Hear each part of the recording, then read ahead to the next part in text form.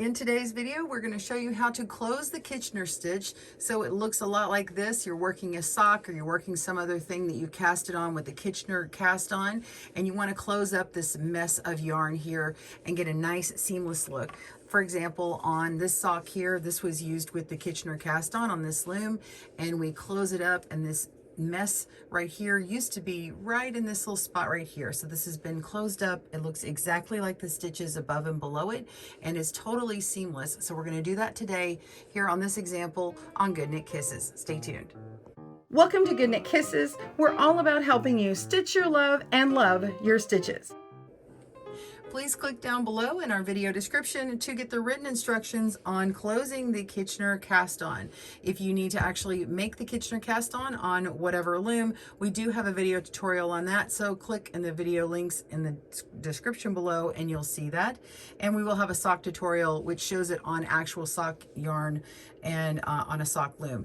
This one right here, I'm showing you this way because it is a super bulky 6-weight yarn and it is really, really easy to see. So I want you to see what it looks like with the anchor yarn on here and everything. All right, so let's begin. Make sure you've got your stuff ready and we will start. So step one, we're going to be working on the right side of our project. This is the right side. We're not going to push it through to the inside at first. So we're going to be working on this side and begin at the opposite end of your starting yarn tail. So this yarn tail here was originally kind of pushed over on this side and holding on to my anchor peg, and then as it got going, I could pop it off, and then this was the original slip knot. So that's what you're looking at. So we want to go the opposite side of this one, back over this way, and you can see really where it started because this anchor yarn is right here. So kind of pull it back and look at it. We want to find the first couple of strands that come out near that. So go, let's see, 2 or 3 strands in, and we're going to pull on the second or third loop from the corner, and this will close the gap and create this knit stitch to join the 2 sides. Okay, so we want to join this side and this side. So 2 or 3 stitches in. Let's just kind of gently tug on this. You can see it start to move back here when I do, so I'm going to pull from this side, and you see that one going. So I'm going to come over here and pull on this one, and you can see it coming from over here, and I'm going to pull on this side and get that one a little tighter, a little snugger. You can see that's exactly where that anchor yarn is coming from. So I've got that one a little snugger, and come over to here, and we're just going to follow the progression of the stitches. Got that one, so I'm going to pull on this one.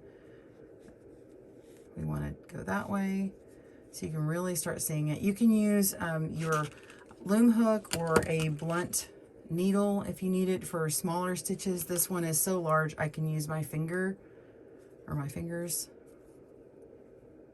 Let's see. Go ahead and pull on this one.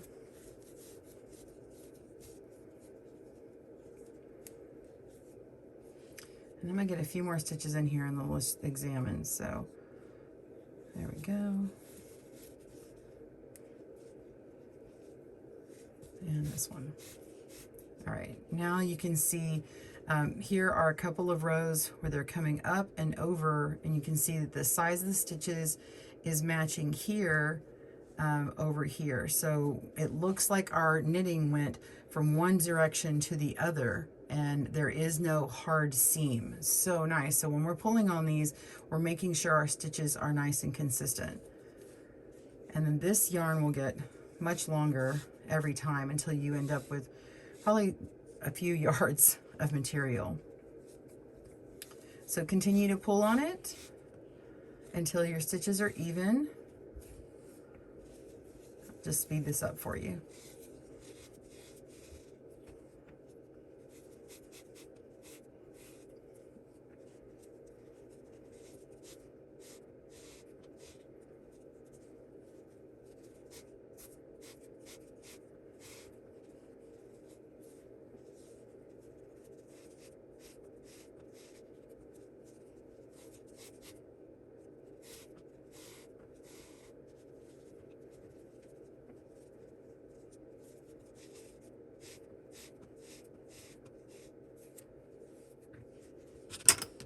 All right, pause, and you can see how I've left these a little bit longer here, and I just want to show you, if you think that these were going really well and they're looking really consistent and you start to see it look a little bit bigger, you can come back over here and pull on your little V-shaped stitches and guide them down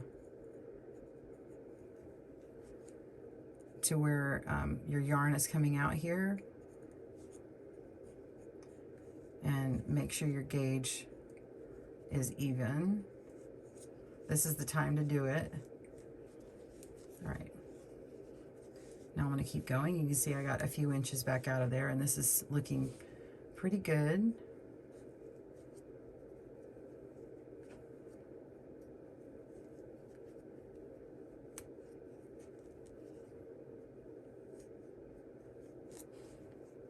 Okay. All right, let's keep going.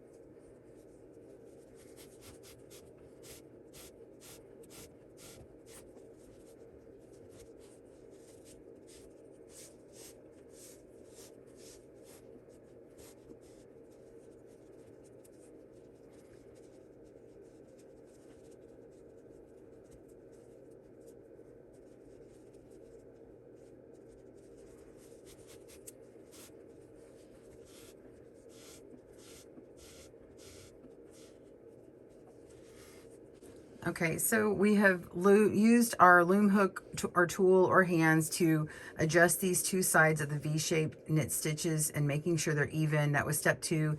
And then step 3 is continuing across the seam, pulling each stitch closed and adjusting as needed. And you've seen me do that, and then adjust with your tool to make sure they're even.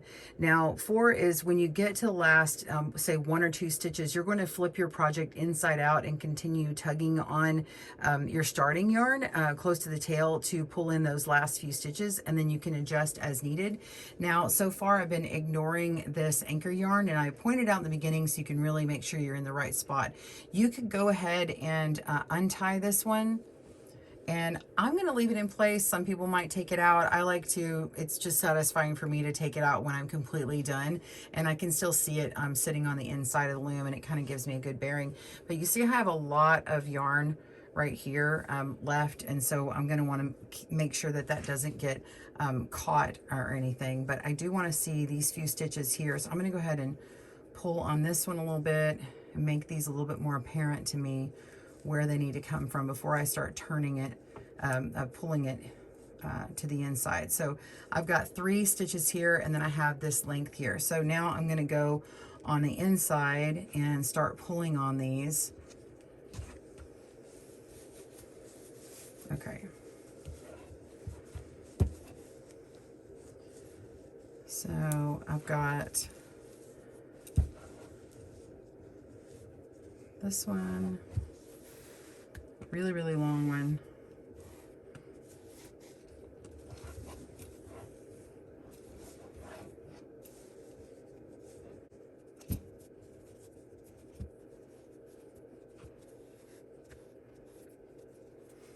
And you could still finish it on the outside over there. This is just another way to do it.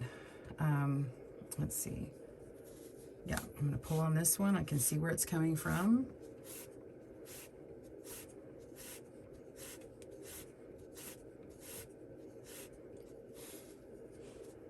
Okay, that looks about even.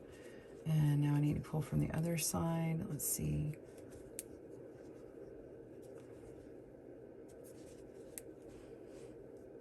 That's this one. So I'm going to pull from this end of that stitch. Just take some patience.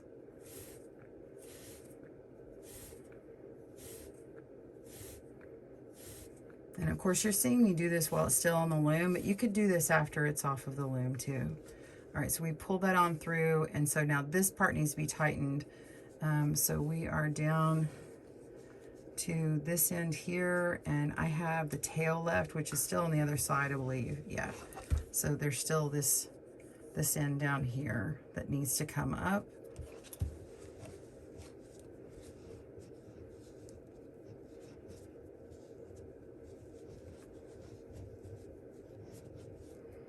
And there it is.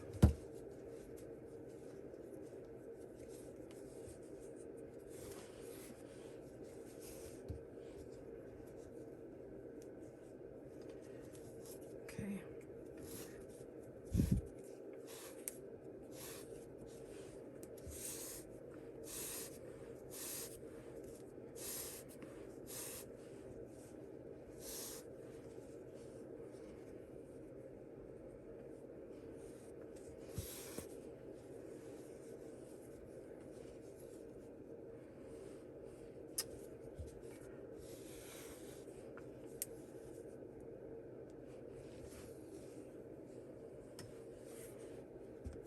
Looks like kind of a mess here. I'm trying to make sure I get through it. So let's just pull these through. It got a little twisted.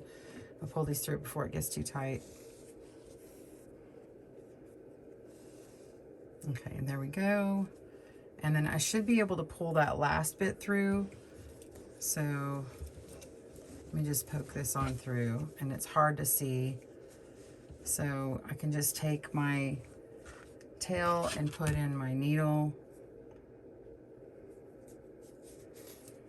And because I still have my anchor yarn in here, I can really see where the ending of that one goes.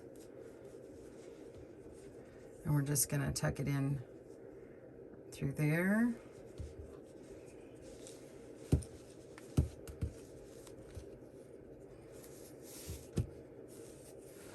And there's that tail.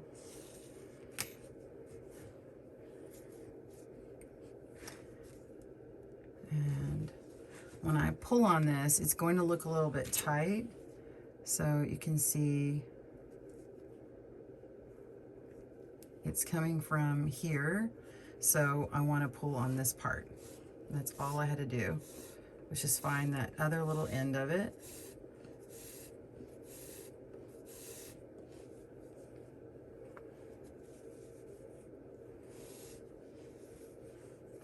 And when I'm sorting through all this little mess, I like to keep my hand on the end of the yarn that I was tugging on.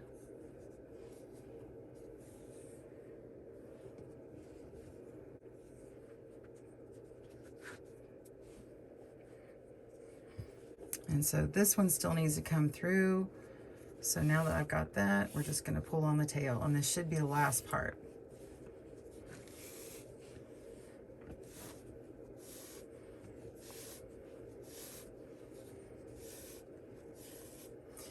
And like I said, you could do this from the other side if it's a little easier to see. It can be a little blind on this back end here, so you can do everything from the right side, and that's okay too.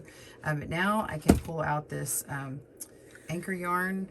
It's gone, and clip this tail to something more manageable so that we can weave this in. I'm just going to give it a tail that I'll weave in later on. All this extra yarn is gone, so it's now not being used. And let's just tuck this back in, and let's examine what we did. So let's say you were using this for a bag or an envelope, hat, you know, a little purse or whatever, then it looks nice and flat here. And if you had done a sock, then it's gonna look like this sample right here. So this is right where the Kitchener stitch was here. And it's really pretty invisible. Looks really great. So I hope that's helped you today. Thanks for joining me on how to close your Kitchener stitch here on Good Knit Kisses. Thanks for joining us today, where we help you stitch your love and love your stitches. See you again soon.